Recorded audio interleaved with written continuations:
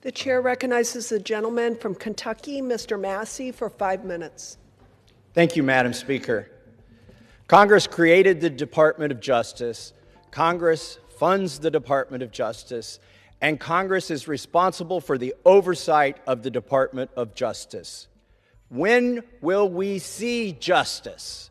I'll tell you what I've not seen. I've not seen any arrests from the revelations in the Epstein files, over 3 million documents describing horrible things, describing unspeakable things, so much of it redacted.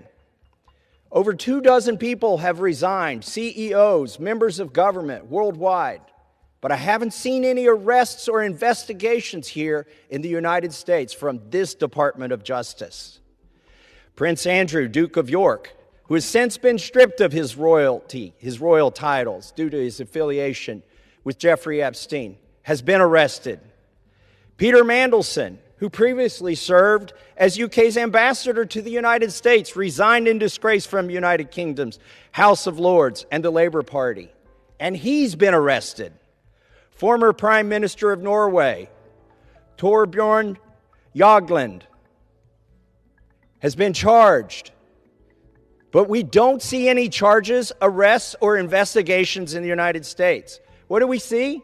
We see our FBI director celebrating in the locker room at the Olympics overseas.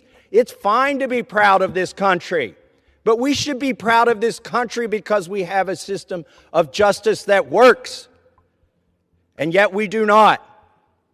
Who are the men that should be investigated? I'll name them right here. Leon Black.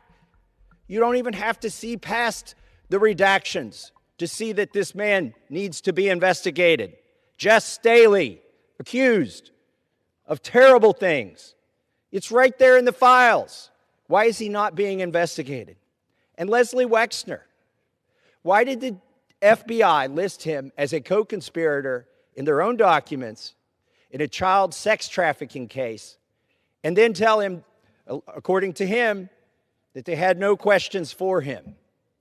Why is that? Well, the Epstein Files Transparency Act requires the DOJ and the FBI to disclose to us their internal memos and emails about how they made those decisions, whether to prosecute or not prosecute. Yet they have not delivered those memos.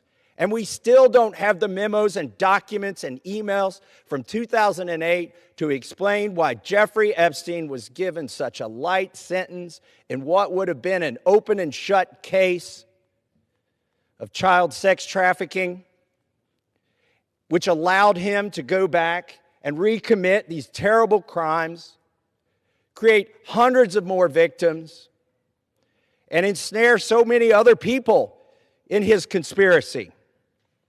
Where are those documents that describe those decisions? We need justice.